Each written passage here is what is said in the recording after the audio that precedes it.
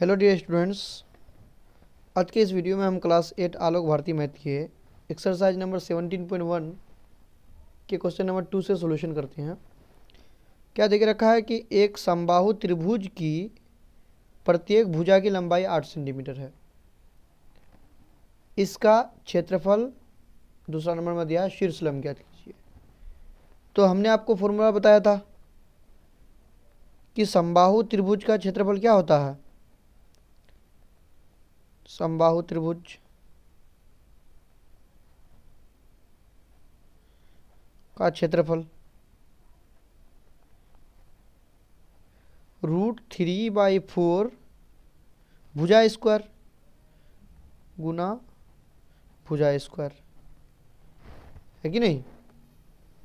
और हम लोग को क्वेश्चन में क्या दिखेगा, भुजा की लंबाई 8 सेंटीमीटर। तो डायरेक्टली हम लोग भुजा क्या दे देंगे, यानी √3/4 गुना 8 का स्क्वायर होगा ना।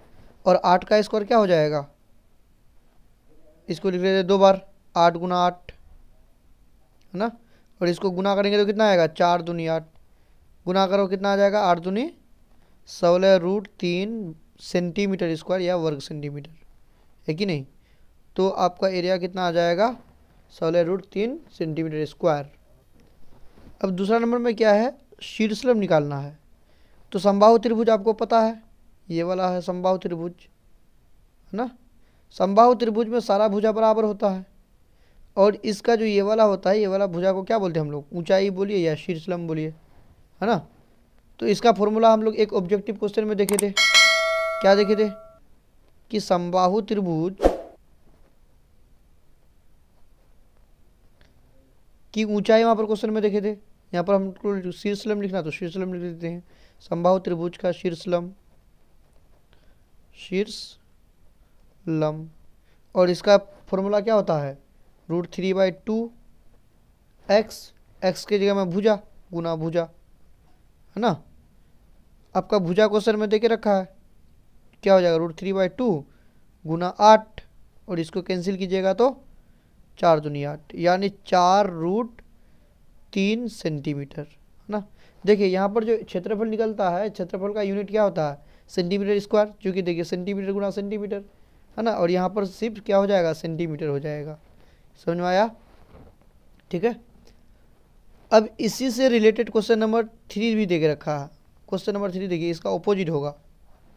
क्वेश्चन नंबर 3 हम एक बार क्वेश्चन पढ़ देते हैं। क्या दिया है कि एक समबाहु त्रिभुज का क्षेत्रफल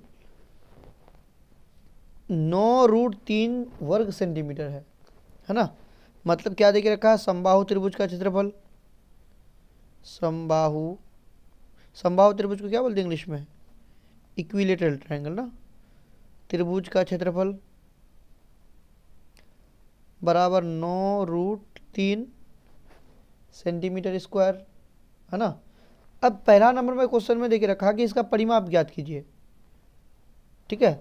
तो परिमाप निकालने के लिए हम लोग को चाहिए क्या, भुजा चाहिए। तो भुजा कैसे निकालेंगे, यहाँ से हम लोग फॉर्मूला लगा लेते हैं कि √3/4 गुना साइड स्क्वायर या एक्स स्क्वायर जो करना हो, और ये क्षेत्रफल के बराबर 9√3 है कि नहीं। लिख सकते ना। यहाँ से हम लोग भुजा निकाल लेते हैं। तो क्या लिखेंगे, ये 4 इधर देखिए भाग में उधर जाएगा तो गुना में, यानी हम लोग लिख देंगे साइड स्क्वायर बराबर 9√3, और जो भाग में है वो गुना में आ जाएगा, और जो गुना में है वो भाग में है कि नहीं।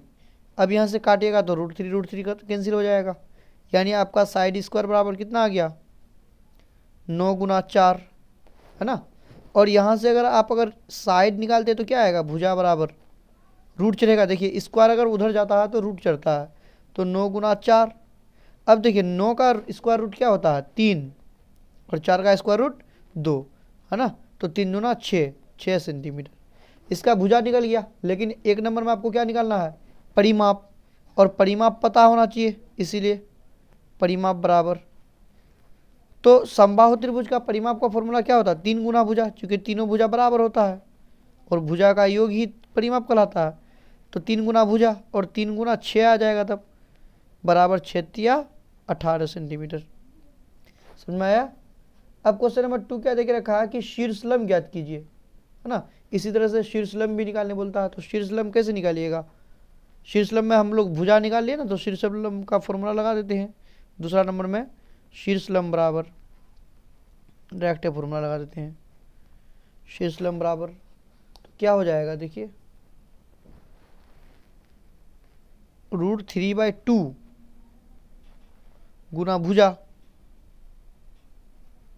और भुजा में कितना है √3/2 गुना 6, कैंसिल कीजिएगा तो 2×6 यानी 3√3 सेंटीमीटर।